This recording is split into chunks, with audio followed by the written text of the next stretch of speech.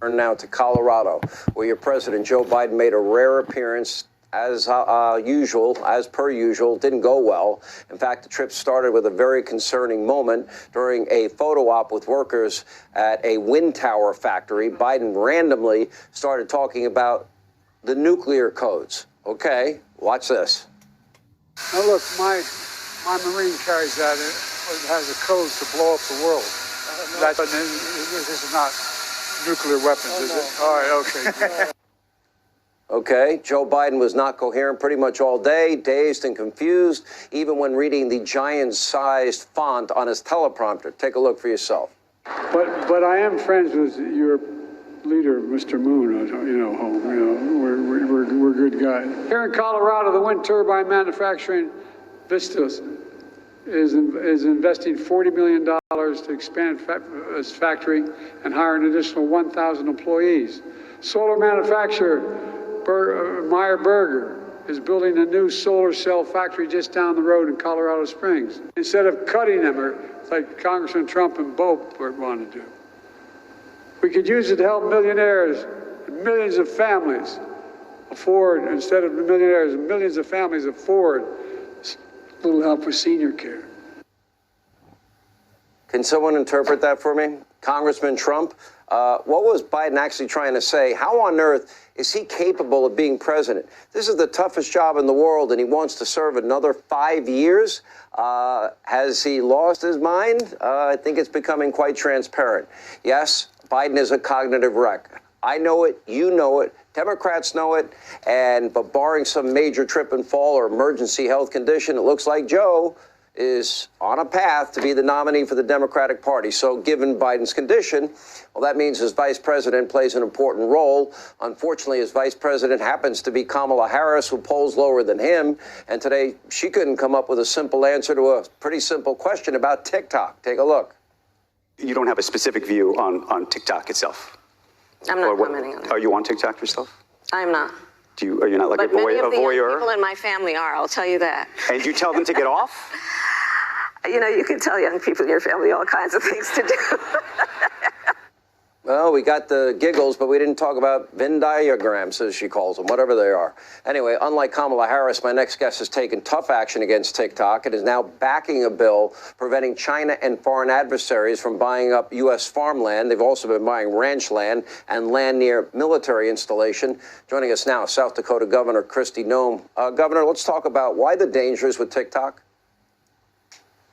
Oh, my goodness. I can't believe she actually said that she wasn't going to comment on that. They literally banned it from federal devices after we took action.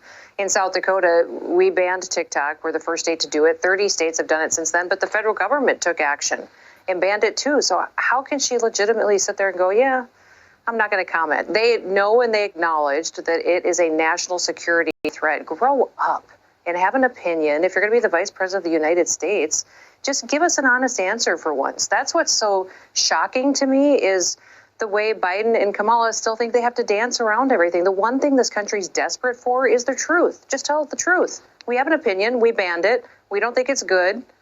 All right, move on. Yeah, well, one of the things, is it a spy mechanism, Governor? Is it a spy mechanism? Okay, so if the answer is yes, and the experts tell us. Okay, can you explain something to me? And, as I look at the people that are coming into this country unvetted at our southern border, we're finding people from Iran and Syria, tens of thousands from Russia and China. We're allowing the communist Chinese to buy up farmland, ranch land, and then land near military installations. If I wanted to buy land in China, would I be allowed to do that? I tend to doubt it. No, you would not be allowed to do that. Let me be clear, Sean. I've kind of lost my filter tonight. If you are using TikTok, you are helping China destroy America. You are facilitating it. So get off of TikTok, take a little bit of pause on what you think is fun, and let's start doing the hard work of saving freedom. And it's the same thing with purchasing farmland. We have national security interests in this country that our kids and grandkids are going to depend on. And we have to ensure that people that want to destroy us do not own land right next door to those military installations that control the weapons that will keep us safe. So this investment that China has made in purchasing up our assets, our land, is extremely dangerous. It's just the next step in lining up the tools that they need to control us. And they've been very clear about this for generations. They've been very clear that they have a long-term agenda to become the dominant superpower in the world. And for them to do that, the United States of America cannot exist. Let me ask you, we just heard about the passing of Henry Kissinger, a monumental figure on the world stage for such a long period of time. I've had numerous opportunities to interview him, meet with him, talk with him, a brilliant man in so many ways. You're talking about China.